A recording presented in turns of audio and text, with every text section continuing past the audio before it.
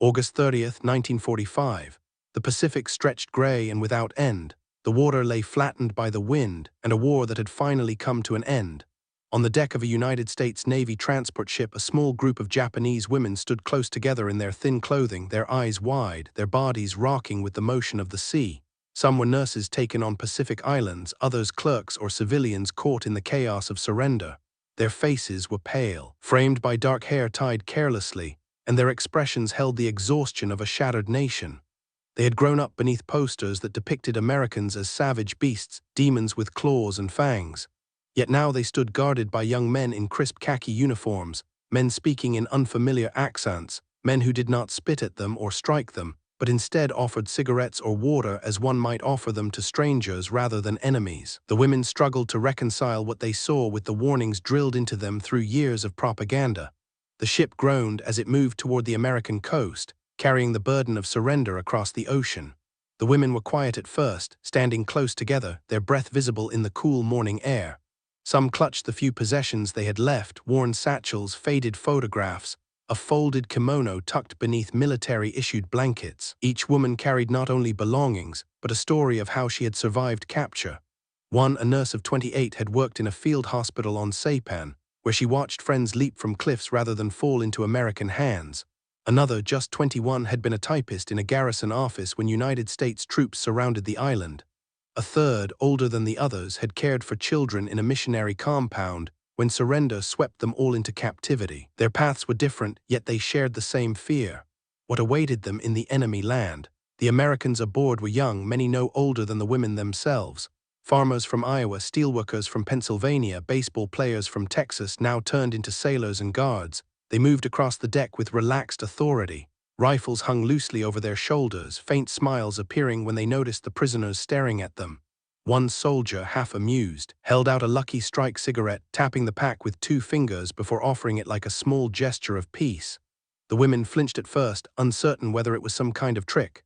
When one finally accepted, her hands shaking, the soldier simply nodded and lit it for her. It was a small act, yet it fractured something in the wall of fear built over years of indoctrination. These were not monsters, they were unsettlingly simply men. The voyage across the sea was long, and time aboard the transport began to blur. Meals came at steady intervals, trays of bread, soup, and sometimes even meat. The women were astonished by the abundance, though some could not swallow, their stomachs knotted with nerves. The nights were colder, the bunks hard, and whispers filled the darkness as they tried to understand where they were being taken. A few murmured rumors. California, perhaps Texas, places whose names sounded distant and immense. None had ever seen America, though many had heard of it as a land of arrogance, towering buildings, and endless machines. To picture themselves inside, it felt as impossible as imagining peace after years of air raids and rationing. Yet the most unsettling realization did not come from fear of what lay ahead, but from watching the Americans themselves. Compared to the men they had known in Japan, thin from rice shortages and hollowed by years of war, the Americans appeared impossibly tall, broad-shouldered. Full of life, their uniforms fit comfortably. Their boots shone and their laughter carried above the wind. The women observed them quietly, stunned by their health. They had been told Americans were indulgent and weak, softened by comfort. But these men with clear eyes and athletic builds seemed anything but weak. The contradiction gnawed at them, a silent wound to everything they had believed to be true.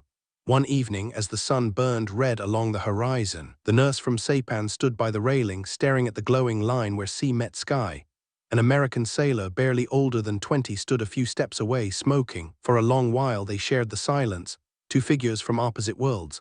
When the sailor finally spoke, his voice was gentle, almost shy. "You will be safe there." She did not understand his words, but his tone carried something she recognized.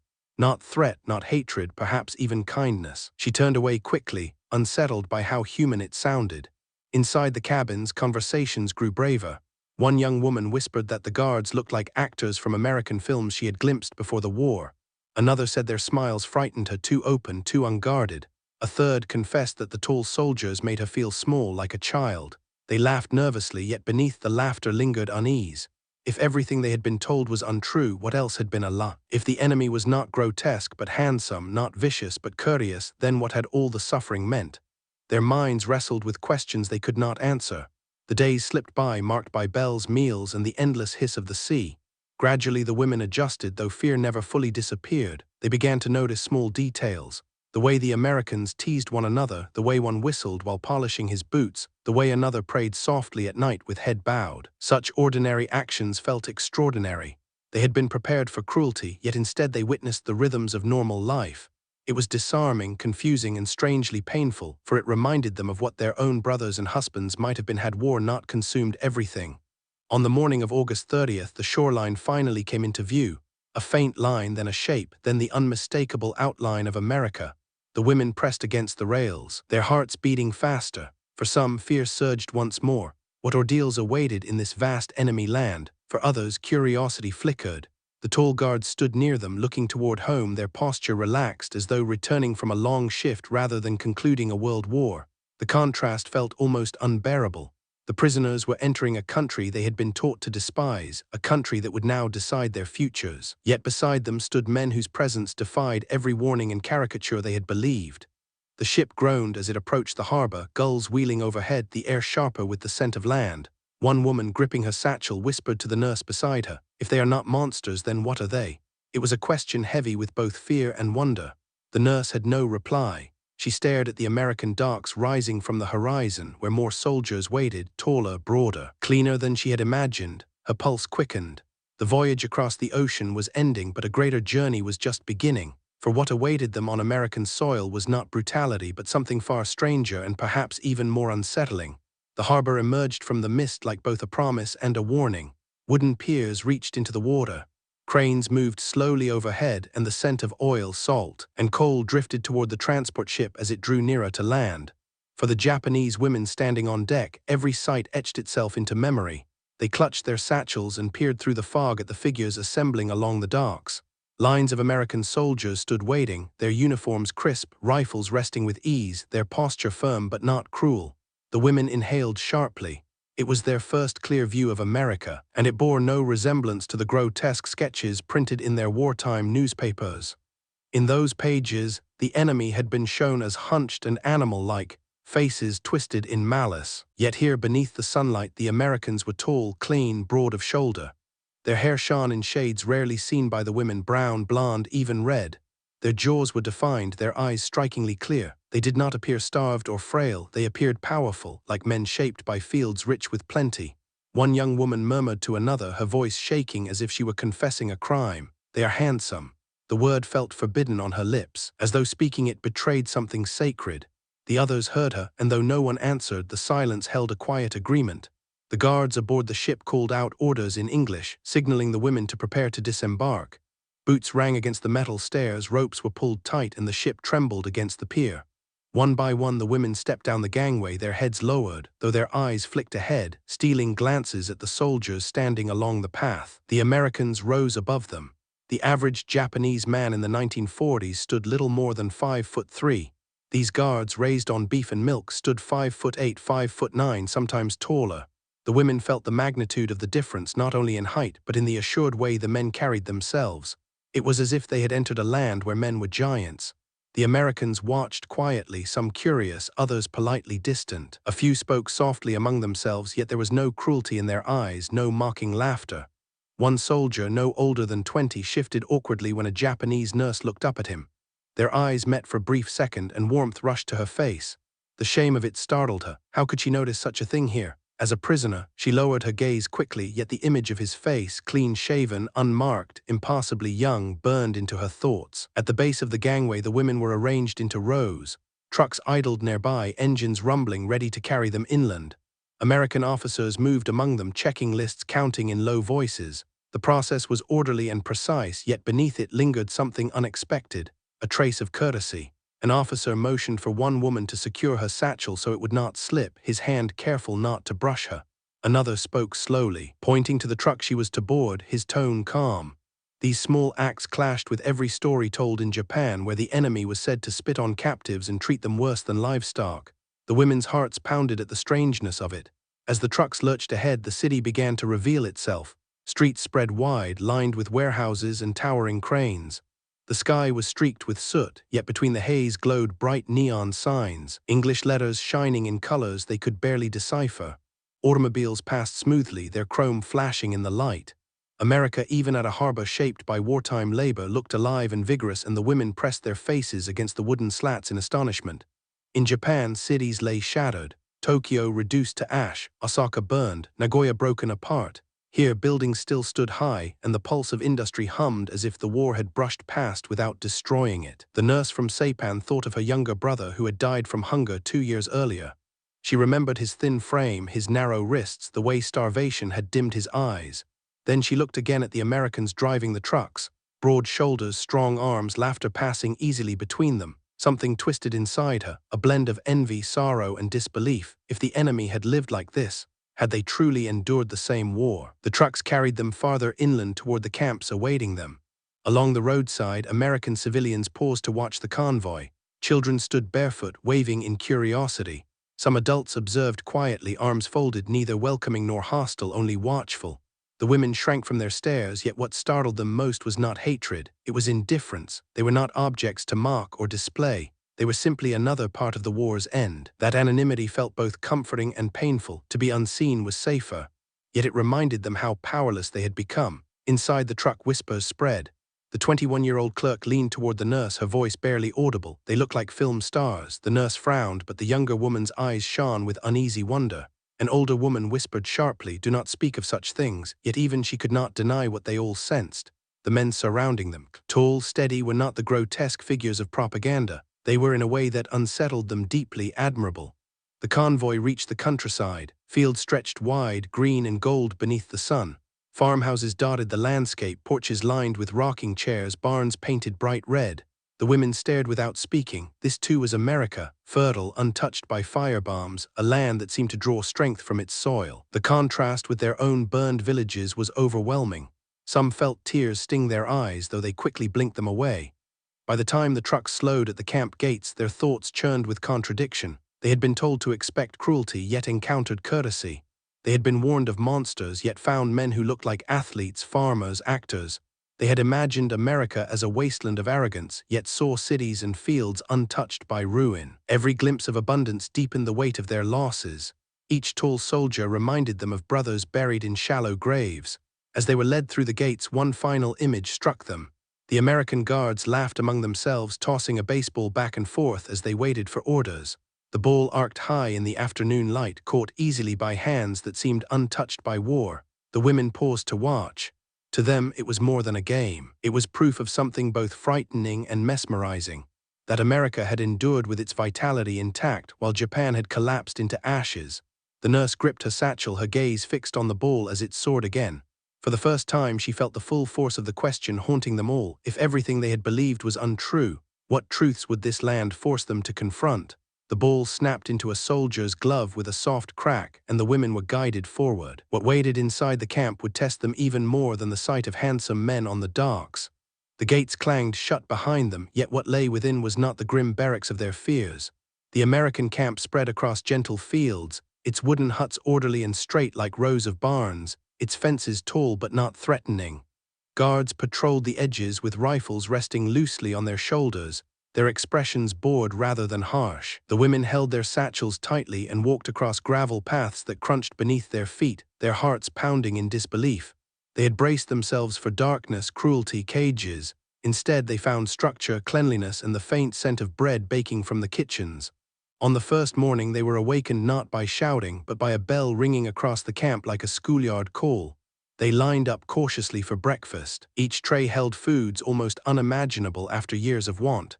Scrambled eggs, thick slices of bread spread with butter, even bacon sizzling on metal plates. The younger women stared at the meal, unable to believe it belonged to them. One nurse whispered to the clerk beside her, "This would feed a family for a week in Tokyo." The clerk nodded silently, her eyes filling with tears. For months they had survived on thin rice gruel, on weeds boiled in water. Here in the land of the enemy, they were given more than they had dared to dream. Some cried quietly as they ate, ashamed that their first tears as captives came not from cruelty but from kindness. Life within the camp unfolded with a steady rhythm. Each day followed a pattern. Meals, roll calls, medical examinations, work assignments for those willing. The women received plain uniforms, neither humiliating nor severe, simply durable clothing for daily tasks. They were housed separately from the men, their barracks lined with wooden bunks and narrow mattresses. At night, whispers filled the dark. Questions about home, fragments of memory, quiet admissions of disbelief. They spoke of husbands who were gone, of brothers who marched into jungles and never came back, of children they might never see again. And always, beneath the grief, came the same stunned question. Why were they being treated with dignity in the land of their conquerors? The Americans seemed unsure as well.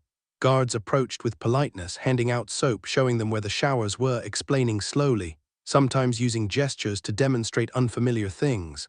One soldier chuckled softly when a woman stared in amazement at hot water pouring from a tap. "It is just plumbing," he said, not realizing what a miracle it felt like after years of rationing. Another time, when a woman struggled to lift a crate, a guard stepped in, took it from her hands and offered a shy smile. The moment was brief, but afterward she whispered to the others, "I thought he would hit me, instead he helped me." That contradiction pressed on them every day, forcing them to unlearn what they had once believed could never be shaken. Not every moment was gentle. They were still prisoners, always watched, their movements limited. The fences reminded them with every glance, and the guards' rifles were never far. But cruelty did not define the camp. What defined it was a strange blend of abundance and restraint, as if the Americans believed victory was best shown not through punishment, but through proof of strength, feeding the enemy, housing them cleanly, allowing them to work. These became quiet demonstrations of power, gestures that seemed to say, "We are strong enough to be merciful." One afternoon, the women stood gathered in the yard while American soldiers tossed a baseball back and forth, their laughter rising in the warm air. The women watched, transfixed by how effortless it looked. Their own brothers had once played with wooden bats and scraps of cloth wrapped into balls, but here the game seemed simple, part of daily life for men untouched by hunger. The clerk whispered, "It is like watching another world." She was right. For the prisoners, the camp felt less like a cage and more like a mirror, reflecting how different their worlds had been. The nurse from Saipan found herself studying the guards' faces when they thought no one was looking. They were sunburned, sometimes freckled, with square jaws and teeth that looked startlingly white compared to the malnourished men she had treated in field hospitals. She thought of her fiancé, who had gone to sea in 1943 and never returned. He had been thin, his skin sallow, his shoulders narrowed by hunger.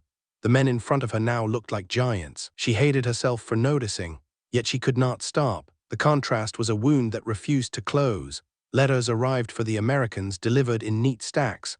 The women watched soldiers open envelopes, smile, and sometimes wipe away tears before tucking photographs into their breast pockets. Family seemed close for them, present even across oceans. For the Japanese women, family was only memory, fading and unreachable.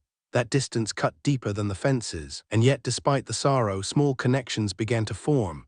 When a woman thanked a soldier in broken English for extra soap, he answered with exaggerated politeness, tipping his cap as if she were a lady. She laughed despite herself, the first laugh that had escaped her since capture. Another day, when a storm swept through the camp, the guards rushed to secure windows and roofs, one shouting directions as if he were protecting his own home. The women helped too, carrying what they could, startled by the shared urgency. For a brief time, captor and captive worked side by side against the wind, and afterward the memory stayed.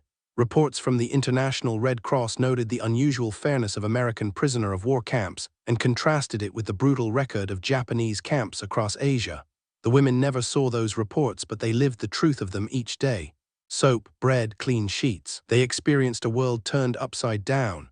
Kindness itself became confusing. Some lay awake at night wondering if it was a trick, if cruelty would come later. Others whispered that perhaps Americans were not what they had been told at all. The days grew longer and the shock softened into an uneasy familiarity. The women learned the camp rhythms, the taste of white bread, the warmth of hot showers, the sound of baseballs snapping into gloves. Yet beneath this new routine pulsed one constant question. What did it mean that their enemy treated them better than their own army sometimes had? If war had been built on lies, what truths were left to trust? One evening, as dusk stained the sky purple, the nurse lingered near the fence, watching guards silhouetted against the fading sun. Their laughter drifted across the yard, careless and alive. She felt a sharp ache in her chest, not only loss, but something harder to name, a recognition that the world was larger and more complicated than she had ever believed. She pressed her hand against the rough wall of the barracks to steady herself as a thought rose uninvited. Perhaps the true captivity was not the fences, but the lies she had carried inside them. And yet, as night settled, a new rumor spread among the women. Whispered words promised the next day would bring something even stranger, a revelation that would unsettle them more than bread, more than soap, more than even the sight of handsome guards. They lay awake in their bunks, listening to the distant murmur of American voices, hearts pounding at what morning might reveal. Winter settled over the camp, softening the edges of the barracks with frost. Snow muted the clang of gates. The women wrapped themselves in issued coats, their breath lifting in pale clouds, and walked the yard where guards stamped their boots to stay warm. Months had passed since they arrived. Months since the ship first brought the shock of tall American soldiers on the docks. In that time, their fear had faded into something sharper and more complicated. They were still prisoners, still enclosed by fences, but they had begun to see the men around them less as faceless enemies, and more as young lives running parallel to their own. The nurse often lingered near the kitchen window, watching soldiers unload sacks of flour and crates of apples. She thought of her fiancé, lost at sea, and felt grief made heavier by the vitality of the men before her. They whistled while they worked, tossing apples back and forth as if the world had never burned. She could not decide whether the sight was comforting or unbearable. Her heart struggled with contradictions: hatred taught by war, gratitude awakened by survival, and a reluctant admiration for an enemy who had not crushed them but fed them. Evenings in the barracks grew quieter, though whispers still moved through the dark. One woman admitted she dreamed of her captors, not nightmares of cruelty, but dreams where they were simply men, their laughter echoing across the yard. Another confessed she no longer knew whether to cling to the anger drilled into her, or to acknowledge the kindness she had tasted in bread and soap. Shame lingered in their voices, but so did relief. The change came slowly, almost unseen, yet it reshaped the air they breathed. The Americans seemed to change as well. Some guards had first treated the women with stiff formality, wary of getting close. Over time, small gestures slipped through. One soldier drew clumsy flowers on scraps of paper and left them near the laundry hut. Another taught a woman a few English words, "Good morning, thank you," and laughed when she repeated them awkwardly. These were not grand acts of friendship, only small fragments of humanity that pierced the barrier of war. The women held onto them like secret treasures. Official reports noted the unusual civility of the camp. The International Red Cross, in visits during 1945 and 1946, wrote of American compliance with the Geneva Convention and contrasted it sharply with accounts of Japanese camps where disease and brutality were common. The women did not read those documents, but they lived the truth daily. Every bar of soap, every plate of food, every simple kindness became evidence against the propaganda that had shaped their world. The lies of the past fell apart quietly, replaced by experiences they could not deny. Yet the change did not come without pain. Every glimpse of American strength, well-fed bodies, clean uniforms, easy laughter, was also a reminder of Japan's devastation. Their homeland lay in ruins, families struggled for food, brothers and fathers had died thin and broken. To watch their captors flourish while their own loved ones had suffered was a torment hard to endure. The women carried that sorrow like another layer of skin. Gratitude for kindness stood beside resentment for defeat, both heavy, both real. One day the nurse stood by the fence as a guard wrote a letter home. His pencil moved steadily, his lips forming silent words. When he paused and gazed toward the horizon, she wondered who waited for that letter. A wife, a sweetheart, a mother. She thought of the letters she would never send, the faces she would never see again. A bitter realization pierced her. This man, her captor, might know more peace in his lifetime than her fiancé ever had. She turned away quickly, but the thought would not leave her. The seasons shifted and the echo of war softened into memory. The women began to measure time not by fear, but by small habits. They swept the barracks, folded their uniforms neatly, cared for one another when sickness came. Some worked in the camp gardens, planting rows of vegetables beneath watchful guards. For them, touching soil again felt like touching life itself.